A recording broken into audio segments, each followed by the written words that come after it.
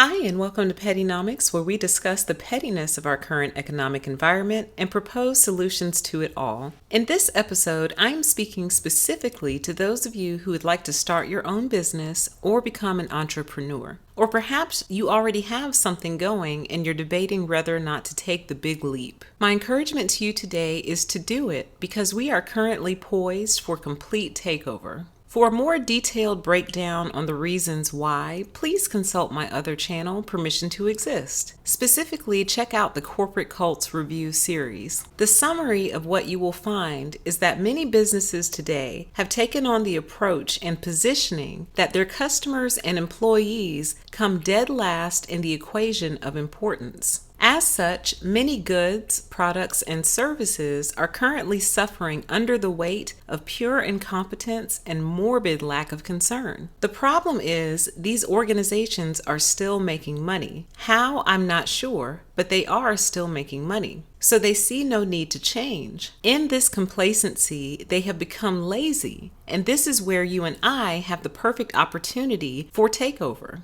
Let's discuss a few general ways you can take over just about any industry right now. Number one, people legitimately miss customer service. Customer service that comes with manners, pleases and thank yous, yes sirs and no ma'ams, answered phones and returned phone calls. Many of you stand to take over your industry simply by making sure someone is always available to answer the phone. No matter what they tell you, people still want to talk to people, not machines. 2. If you give even an ounce of concern, you will lap your competitors. The sad reality is no one really cares anymore. It's evident all over the place. People put forth minimum effort and care not about their personal work ethic or how others perceive it. Now, in fairness, much of this is a response to how they are treated by the owners, bosses, or corporation. But there are people who, even in their worst employment situations, will always give their best towards the task. That's just who they are.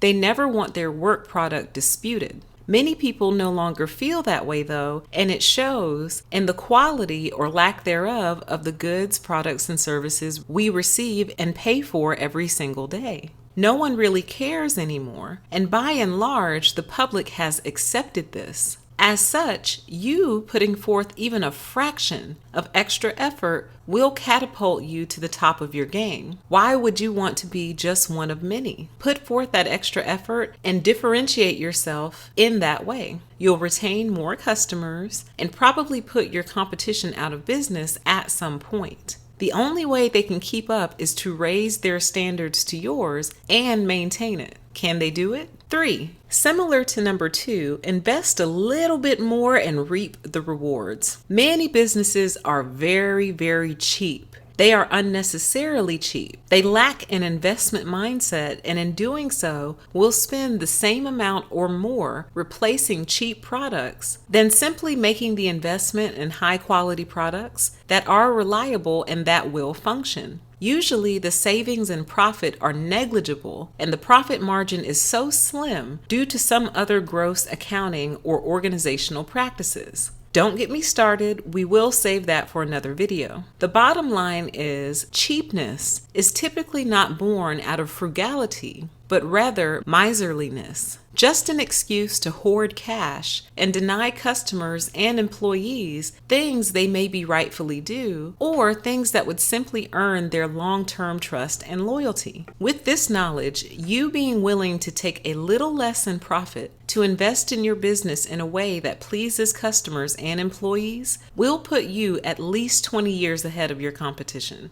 4. Listen to your customers and employees and act on the feedback. My biggest question to any company or business owner who may be listening to this right now is why run a survey if you're not going to do anything with the data? I've been taking the same survey at the bottom of my grocery store receipt for at least 5 years now, and literally nothing has changed. I realize I'm just one consumer, but I've detected not one single change as a result of years of taking the surveys. Thank you for the fuel points though. If you want to be number one in business today, simply listen to your customers. The words they're using are real. Their concerns are valid. Everyone is not just a hater with negative vibes. Some people are attempting to give you critical business-saving information, yet you reject it. Why would you reject the advice of people who are actively trying to give you their money? This makes absolutely no sense to me.